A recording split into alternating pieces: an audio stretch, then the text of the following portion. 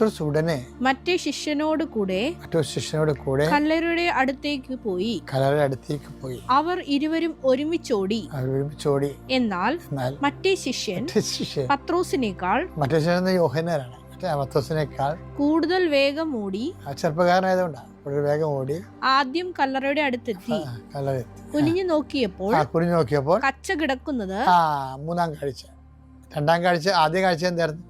കല്ലറ. രണ്ടാം കാഴ്ച എന്താണ്? കല്ല് മാറ്റപ്പെട്ടിരിക്കുന്നത്. മൂന്നാം കാഴ്ച എന്താണ്? കുനിഞ്ഞകത്തേക്ക് നോക്കിയപ്പോൾ എന്താ കണ്ടത്? കച്ച കിടക്കുന്നത് അവൻ കണ്ടു. എങ്കിലും അവൻ അകത്ത് പ്രവേശിച്ചില്ല. അവന്റെ പിന്നാലെ വന്ന ശിമയോൻ പത്രോസ് കല്ലറയിൽ പ്രവേശിച്ചു. കച്ച അവിടെ കിടക്കുന്നതും.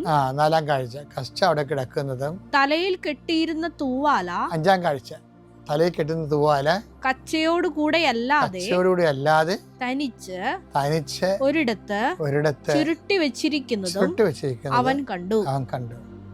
അപ്പോൾ കല്ലറയുടെ സമീപത്ത് ആദ്യം എത്തിയ മറ്റേ ശിഷ്യനും അകത്ത് പ്രവേശിച്ച് കണ്ടു വിശ്വസിച്ചു. കണ്ടാണ് വിശ്വസിക്കുന്നത്. 5 കാഴ്ചകളാണ് കാണുന്നത് ഇവര്. എന്തൊക്കെയാ കണ്ടത്? കല്ലറയുടെ കല്ല് മാറ്റിയത്, അകത്ത് കച്ച കിടക്കണത്, പിന്നാലെ വന്ന ശിഷ്യൻ അകത്ത് പ്രവേശിച്ച് കച്ച കിടക്കണത് കണ്ടു, കച്ച ചുരുട്ടി വെച്ചിരിക്കുന്നത് കണ്ടു. അങ്ങനെ 5 കാഴ്ചകളുണ്ട്. അപ്പം കാഴ്ചകളും കാണലുകളുമായിട്ട് ആണ് ഈ ഈസ്റ്റർ നറേറ്റീവ്സ് പുരോഗമിക്കുന്നത്. അതിനുശേഷം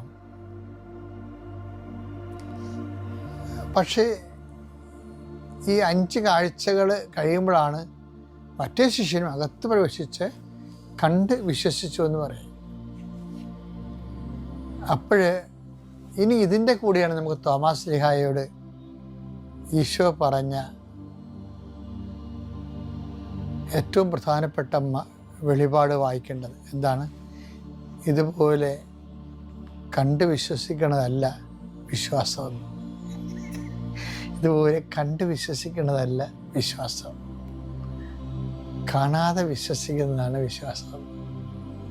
ഇപ്പം നമ്മുടെ കുറേ കാലത്തേക്ക് നമ്മുടെ ജീവിതത്തിൽ യാതൊരു അടയാളം കാണത്തില്ല.